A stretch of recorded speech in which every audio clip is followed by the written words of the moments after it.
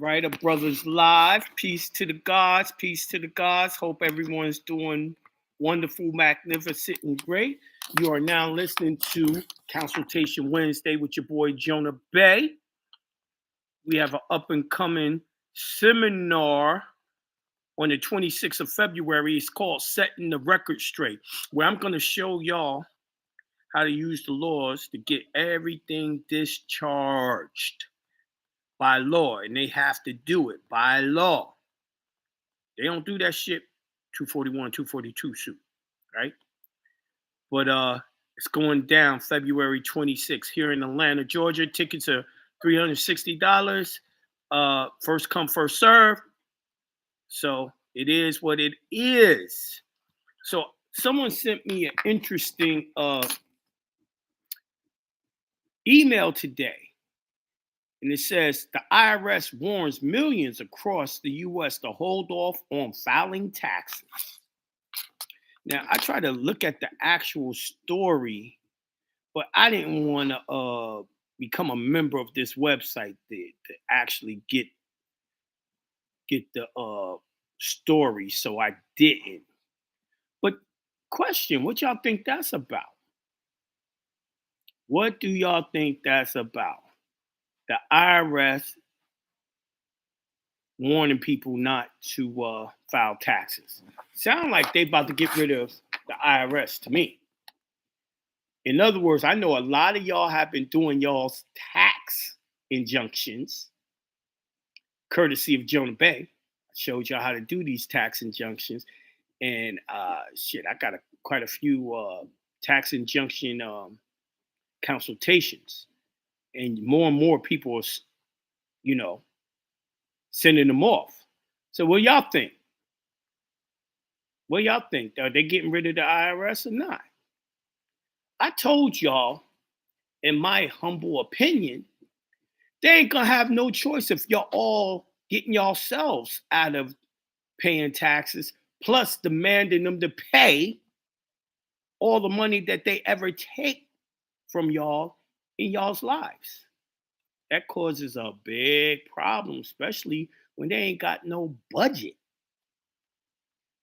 for the U.S. government. In case y'all didn't know it, most U.S. government buildings are closed to the public. They're closed. You don't believe me? Google it. Check it out. It's going down. A lot of things that's going down, they're not talking about. They're not letting y'all know what's really going down. But with that being said, let me open up the call lines and see what's going on out here. I'm going to 910-813. Peace to the God. Peace. Peace to the God. How you, brother, man? I'm doing wonderful, magnificent, and great. How are you? I'm doing great. I'm doing great, brother, man. The IRS, I would hope they would, so do away with it. But I haven't seen that message up yet. I would like to see. But I had spoke with you Monday, and the question what I wanted to ask you was, when you're doing in the affidavit for denial, Mm-hmm. or is it headed the affidavit of denial and then rebuttal to the citation, or is that how it would be headed? Nah. Check it. Normally, they give you a ticket, and you got 72 hours to send it back. I would normally take that ticket, make a copy, and then I write on it in red magic marker,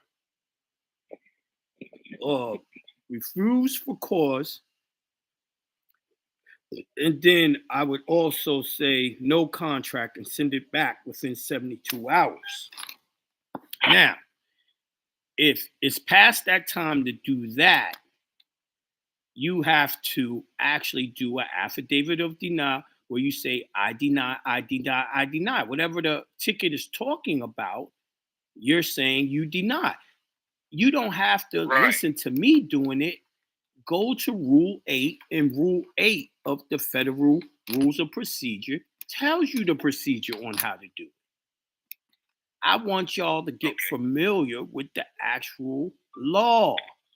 Jonah don't like telling y'all what to do. Jonah likes telling y'all what the law says.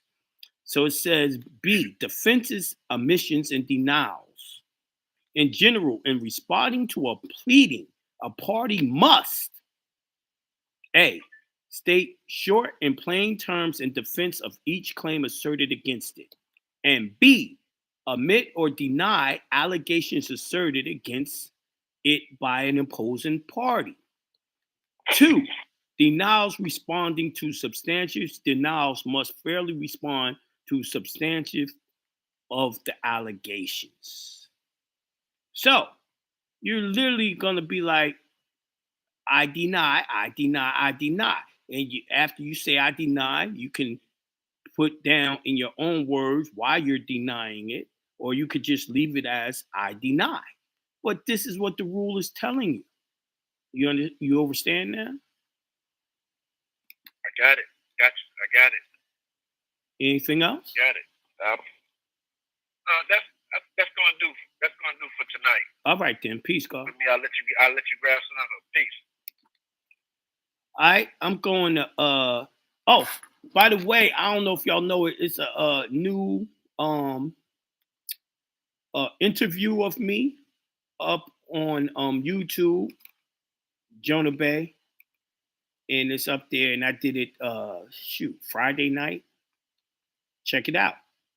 For the people on Patreon, I put it in the Patreon in the whole nine. 864-606. Peace to the God. Peace. Peace to the God. What up, God? Is the background noise too loud? Because I'm kind of outside. We can hear you, but your voice is too low. Oh man, I try to speak up and make it quick. All right. I was just wondering, as far as discharge is concerned, and I know I probably should wait for this discharge injunction, but what would one be expecting back if you do a discharge? I've never done one. You ain't expecting shit back. You're not. That's like ask. Have you already did an injunction? No. Oh no, yeah, an injunction for the name, yes. Injunction for the name. Well, an injunction on the end legal. You mean travel injunction you did? Yeah, a travel injunction, correct. Okay. What did they send you back? Nothing. Exactly. But it works, huh? Indeed. Exactly. So that's gonna be your answer. Okay. You expect them never to bill you. You expect them never to bill you for it. But you know, a few people is gonna get a message back from the companies. Most people ain't never gonna get nothing back. They just gonna do it. Say it's for a car though. What would one be doing? They would have to, in your injunction, you would have to explicitly say, send me that title when you got 72 hours to do it.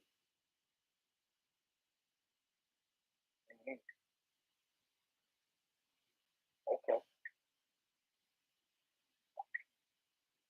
Copy that. All right, peace, God. All right, 561-856. Peace to the God. Peace. What's going on, Jonah? Wonderful, magnificent, and great. Can't call it. You know, just chilling like a villain. Nah, man, this guy from the child support injunction. Oh, what up, yo?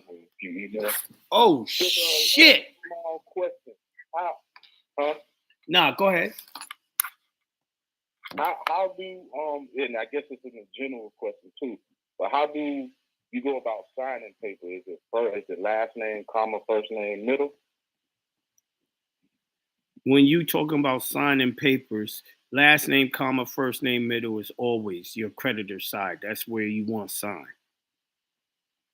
Okay. That was my main question, and I might have to redo my injunction, my regular injunction, because I was. It doesn't matter how you signed it. That's gonna work. Okay. All right. Well, that's the main question. And you also said send one to the opposing attorney. Okay. Yes. It don't go to the opposing attorney. You need to pay more attention. I told you. It goes to the clerk of court, her copy, and then you give her a second copy, and on that copy it says opposing attorney's copy. Okay. 10-4. And that was the main See, question. I'm gonna need y'all when y'all get y'all's consultation, start recording it or take some notes. You know what I mean? I did. Then you supposed to have wrote that down, B. Definitely. I just proposed the question the wrong way. My bad. Mm-hmm. All right, then. Peace, God. Peace, bro. 254-338. Peace to the God. Peace to the God. What up? So, considering a suit that is from a DPS concern that's under 1983, and then a mortgage concern that is dealing with the instrument and the trust having that authorized person go after that security. To combine those.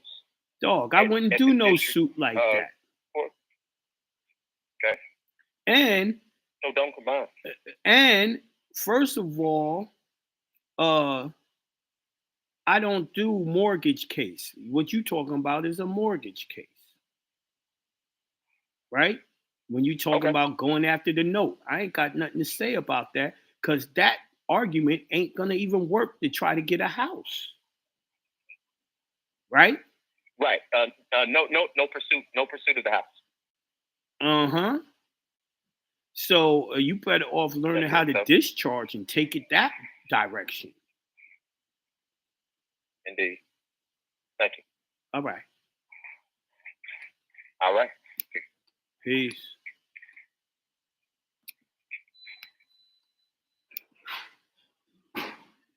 I 478-3. Hold on before I call this number out. That's another thing. It wasn't him that talked to me. Someone was in my email and they was talking about the name that shall not be mentioned. And the name that shall not be mentioned had a guest on his show talking about they get rid of mortgages and all that. So someone hit me up and was like, yo, can I get the name of that person? And I'm like, yo, that shit don't work. This person kept on writing about 3 to 4 different emails to me. I'm like, yo, I said the shit don't work. So then they were, oh, so you just have guests on your show that be lying? What the fuck the matter with y'all people? What the fuck the matter with y'all? It's like you want me to give you this person's information so this person could charge you money and your ass will be homeless.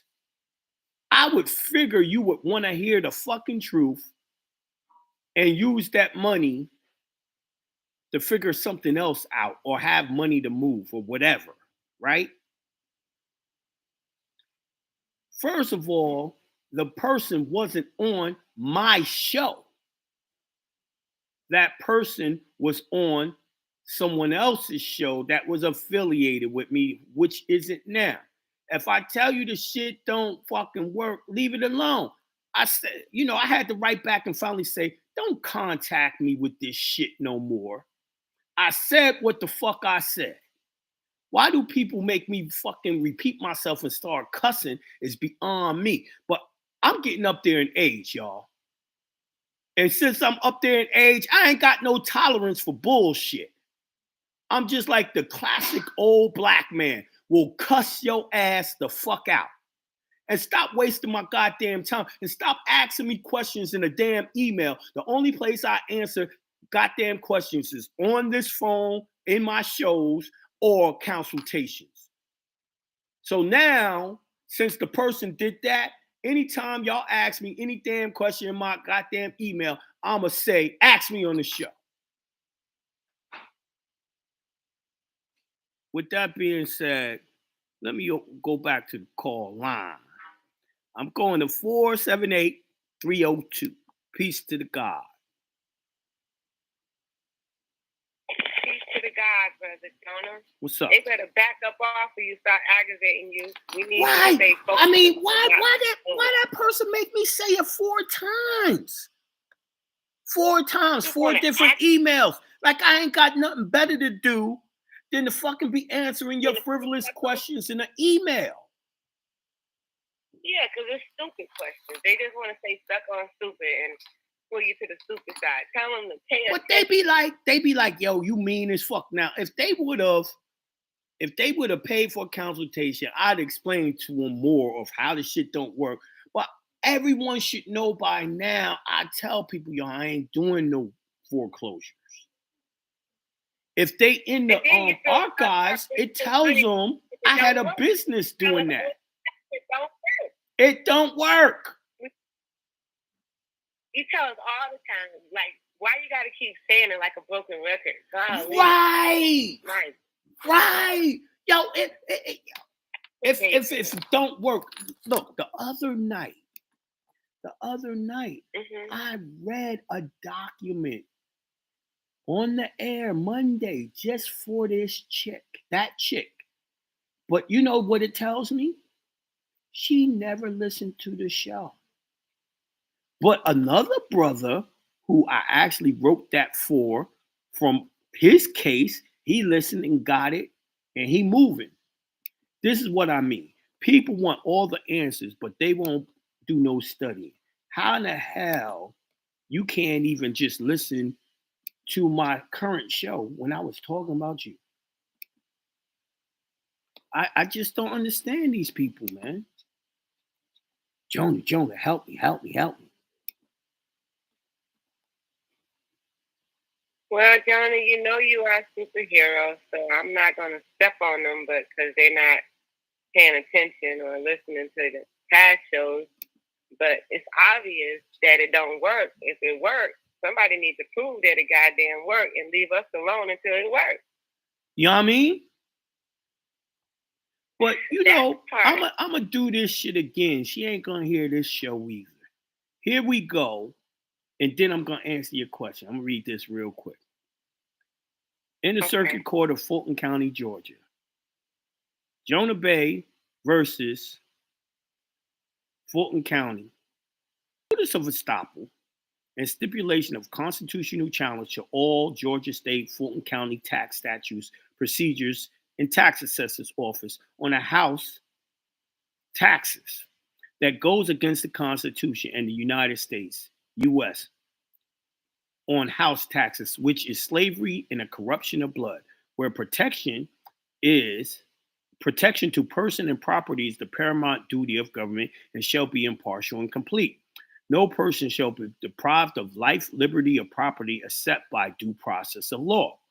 No law affecting private rights shall be varied in any particular case by special legislation except by free consent in writing of all persons affected thereby, and a motion to intervene with an injunction for house taxes on federal and state for the name Bay, Jonah Bay, doing business as Jonah John Scott under SS number ... Jurisdiction pursuant to Article 6, Clause 3 of the United States Constitution. This Constitution and the laws of the United States, which shall be made pursuant thereof, and treaties made, and which shall be made under the authority of the United States, shall be the supreme law of the land. and the judges in every state shall be bound thereby. Anything in the Constitution or the laws of any state in the contrary, notwithstanding. So it just said if the United States had laws, they got to follow the laws in each and every state. And if they have any laws that goes against those laws or the Constitution, it's without standing. So I put number one, this court has jurisdiction in all cases in law and equity arising under this Constitutions and the laws of the United States and the treaties made. In the above Constitution, Article 3 mentions, as mentions, 42 USC 1983. Pursuant to 1877 Georgia Constitution as ratified without subsequent amendments, Article 6, Judiciary, Section 4, Paragraph 1.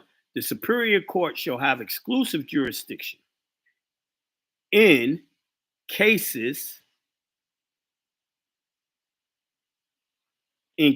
respecting titles to land and equity cases. So then I wrote, in a case for a house to be foreclosed on, or whether it's for taxes or a bank, it must be done in Superior Court in Georgia State. It cannot be done under any non-judicial procedure out of court. Now, the whole point is I proved where the Constitution says it's illegal to do non-judicial foreclosures. Now, almost in every state, they're doing non-judicial foreclosures. It's unconstitutional.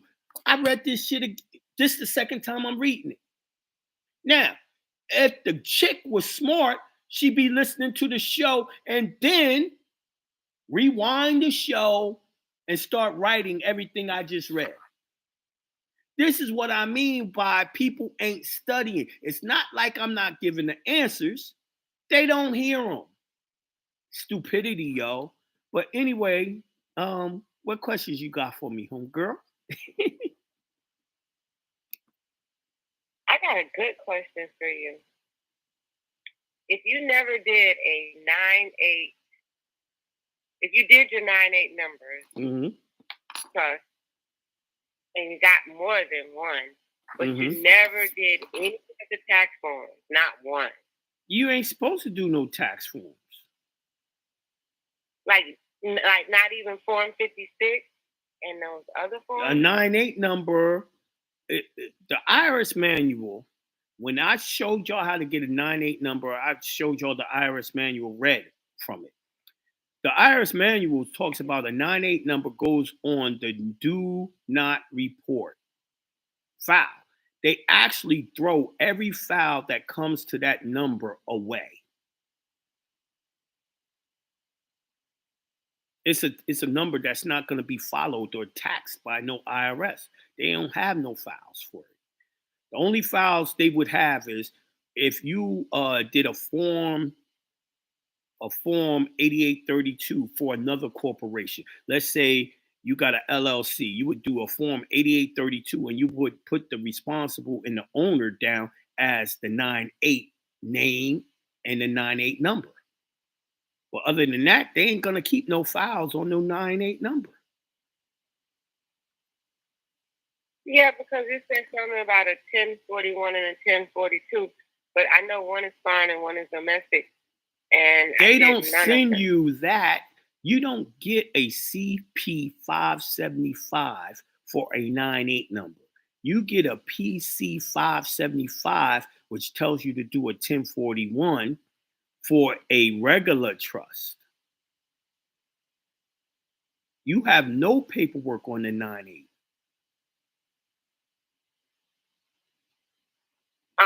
Yeah, just the initial one, then where they send you the 9-8 number.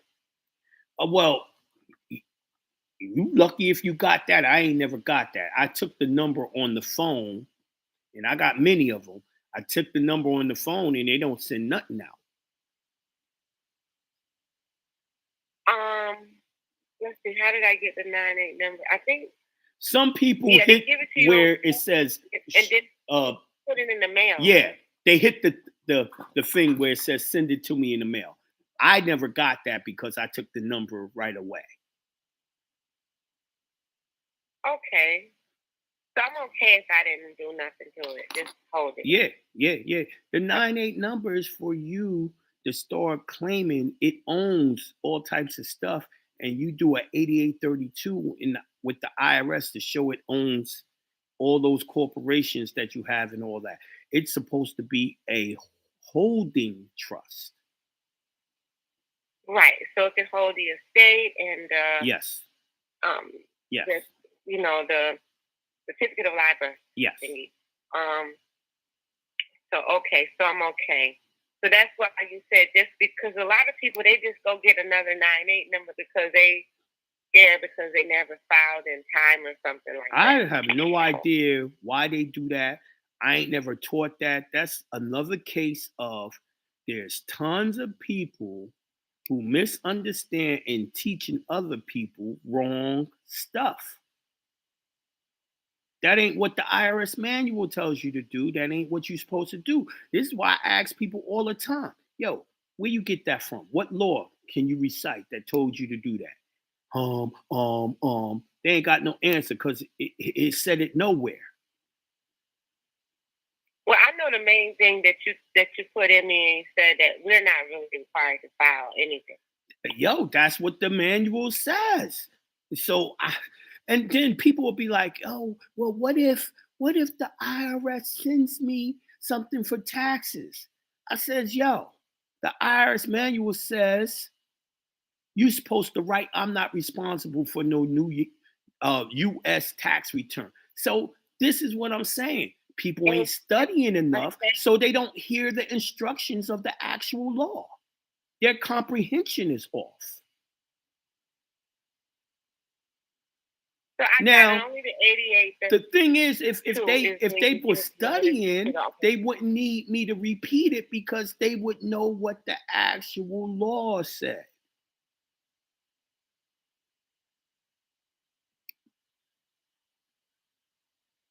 Okay, good question.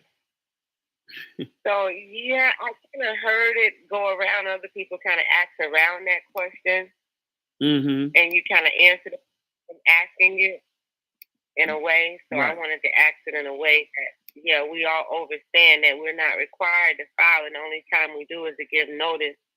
A 9-8. What is a 9-8 gonna file? How and why? A 9-8 is not even a part of the United States. Why would it be filing? That's like you saying you aren't from China, but you doing a Chinese tax return. Who the hell would do that and why? See, y'all got to start really comprehending, because when you comprehend that, that would be you are foreign to the United States. The 9-8 is foreign. Why would it be filing a goddamn U.S. tax return?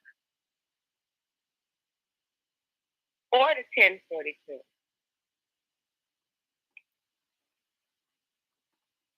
You know, 1040 is a tax return, right? I just said no tax return, so you didn't have to specify the 1040. You know what I mean? That means all of them. It don't have to file none of them. Right. Makes sense, Jonah. All right, then. Peace. Peace. Thank you. No problem. 470-261. Peace to the God. Peace. Peace, John. How you doing? I'm doing wonderful, magnificent, great. How you doing? Doing good, brother. Doing good. I had a couple quick ones because you actually answered one of my questions already from when the other caller asked. Okay. But I do got two quick ones. When I'm doing my DBAs, and I'm making my 9-8, doing business as a Morris name and doing business as my strawman, do I need to try to use my own notary that I know to do that, or will or I'm sorry, I'm asking that question wrong. When I go to get that notarized, for my Morris name, they're not going. The notary, I'm not going to need to show ID for that. You notary, can show. It all depends. I mean, like, did you pick a name? Your Moorish name is totally different than your straw man's name. But if like your Moorish name is like mine's, where my straw man's name is Jonah John Scott and my Moorish name is Jonah John Bay, they accepted my ID with no problem. Okay, so it's a toss up pretty much on that. Right. Okay. That's the pitfalls of y'all wanting these extraordinary goddamn names that don't sound nothing like your. What they do, I just chopped off all of the last name, and I just went with Travis L. Right. So it should work. It should work. All right. That's cool. Okay. Cool. Yeah, I ain't get too crazy. I really was trying to keep it simple. Yo, Noble Drew Ali said keep the name because the name is connected to your inheritance. So a lot of people really don't know what Noble Drew Ali instructed. Mm-hmm. I mean, it's funny. I was just asking another Morris, like, if she knew where I could get information to study what it was that he was teaching. It's hard to all you do is Google Noble Drew Ali sayings. And you could read it all yourself. Noble Drew Ali what? Say again? Sayings. Okay, got you. Okay, all right. So I'm gonna do that. My last one was I got a property and it got the county put a lien on it because they saying that it was they blighted it, because we got to go in there and rehab it. We didn't do it yet, so it kind of blew through the hearings and everything and ruled it blighted. And they put a lien on it.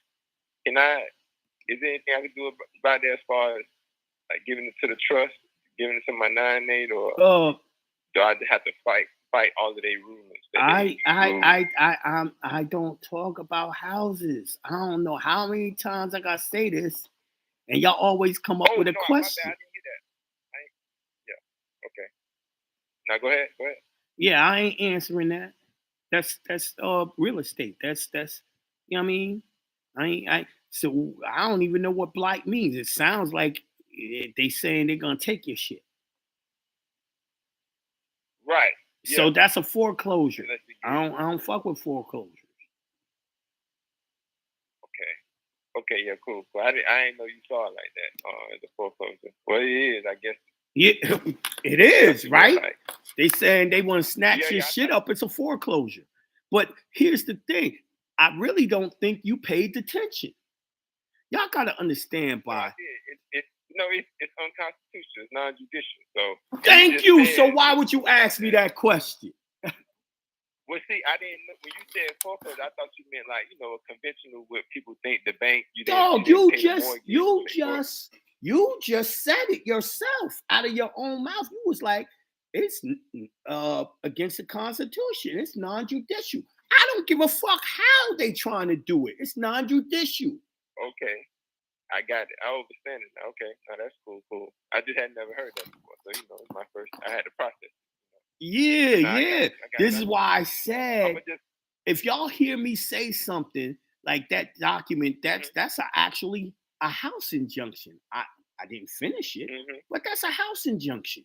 So if y'all actually go back and study this show and Monday's show and really listen to it, there is your answer for your foreclosures. Gotcha. Yeah, even though I don't fuck with foreclosures, but there's your answer. Shit. No, I appreciate you. I'm gonna replay the show and I'm gonna do exactly what you said the last person should have did. So I got you. I appreciate you. All right, then. Peace, God. Peace. All right, I'm going to 708-940. Peace to the God. Peace. Peace to the God, John. Peace. What up? Yo, so happy and grateful. Large sums of money is coming to me quickly and easily. Want to me quickly and easily. And to everybody listening out there, Ashe. Ashe. Yo, Yo, so I caught that what's the name that you put up on Patreon with old boy, right? Oh, That's yeah. the cat I was asking you if you had heard of. Who is he? He was on somebody else's he was on somebody else's show. Uh-huh. And I was asking, yo, you familiar with these cats? You like, nah, I don't know him. I don't know him. That was my first time speaking with him. He actually reached out to me on the gram and said, "Can I interview you on my show and all that?" And I'm like, "Yeah, sure." When you asked me, Right. nah, I didn't know nothing about him. But he said he been following what I've been teaching. He finds it to be right and exact and all that. You know what I mean? Yeah, because he this one cat that he was with, I guess dude had put him on this travel shit, like whatever. He had this little, this little system he was putting together, but I was garbage. So when I heard somebody make mention of your name on there, that's why I said I wonder if John affiliated with this cat, man. So that's why I asked, man. That was all it was, though. Yeah. See, remember when I tell y'all I'm the teacher of teachers? So a lot of them will be like, yo, I'm Jonah's Bay student and shit like that. But Jonah Bay don't know this person because they hear my teachings, on social media, and they like, they accept me as their teacher, but I don't know them personally as a student of mine. No. Right. Now that's I just met him. Yeah, you the teachers, man. So it makes sense. He probably got the information from somebody else who was being the agent, man. It's all good. Right. Yeah. So check, right? I got two questions. The first one I got for you is this, man. Can I still register that CD with the IRS or no? CD, cash deposit? No, CPN. Oh, CPN. No, CPN. Oh, yo. When you say CPN, what are you talking about? You got to break that down for me because credit profile number. Okay, so when you say registered, you didn't get the number from the IRS? You made it yourself? No. Yeah. All right, if you made your own number, you are going to have to register it, right? But I always tell people just to get an EIN. See, what you're talking about is the man that shall not be mentioned. He taught that. I ain't never taught that. Because when he was talking CPNs, he talking about you using it like a social, right? I ain't teach that. Right. What I've taught you is to get an EIN. An EIN is a credit profile number and set it up as an unincorporated association or a LLC or something. Why? Because if you, let's say you're going to get a car and you give them the number, the CPN, but you wrote it down like that's a social, that's fraud. You can go to jail for that, right? But if you give them an EIN, you could never get in trouble for that because that's how business is done, business to business with EINs. Right. You see? So it's a big difference between what I'm teaching you and what the name that shall not be mentioned was teaching. I pulled that. So look, it was interesting because I was in the archives digging and I was moving around and I ran across it since it was something that I was already kind of knowledgeable on anyway. Uh-huh. It was like, damn, I need to run this brother again, see what he think about this. I mean, I know a caller called in and you directed him that way. Right. I was just I figured I would bounce it off of you just to be fresh on it. You know right. And it might be something done. I got you. I got you. That's all it is. But see, my thing is always to give y'all remedy without ever jeopardizing y'all going to jail or getting in trouble. You know what I mean? Yeah, remedy without recourse. Exactly. I understand. Exactly. The path of least resistance. Right. Yeah, absolutely. That's my goal. Absolutely. So anything that will give y'all trouble, I will never teach you. That's why everyone like, yo, Jonah, how come you don't teach about 1099 and OID and 1099C and shit like that? Nah, B. public and private don't mix, right? So if you're doing a 1099-C, what you're saying is, I'm the original creditor, which would be up under a 1099 OID, and I'm going to cancel Right. the debt for the borrower, which will be the bank, right? So that would Right. be tapping into private money. But you're doing it as the straw man, which means now what? You broke the barrier between public and private. That will get you locked up. Yeah, so it's fraudulent because it's almost the same as like you giving them information to pierce the truck. Exactly. See? So Okay. yeah, you can't, you know what I mean? But did I give everyone a 1099-A? Yes. Because 1099-A's is for what? Discharge when you're doing abandonment seconds. and when you're doing acquisitions, right? So anyone can use a 1099-A, but yo, what y'all gotta realize is them forms are what y'all call private. That's why they're written in red. Right. Don't mix straw man, public and private. It is what it is. 60 but seconds. Yo, wonderful talking to you. Peace, God. Yeah, peace. All right, we got an upcoming seminar, and it is going to be February 26th in Atlanta. Go to jonahbay.com to get more information. I'm going to teach y'all how to do a discharge injunction where they're forced to do it by law. Whole bunch of laws y'all ain't never known about. And of course, the classic HJR 192 is what y'all call it. All right? So we out of here. Peace to the gods. Thank you for using Blog Talk Radio. Goodbye.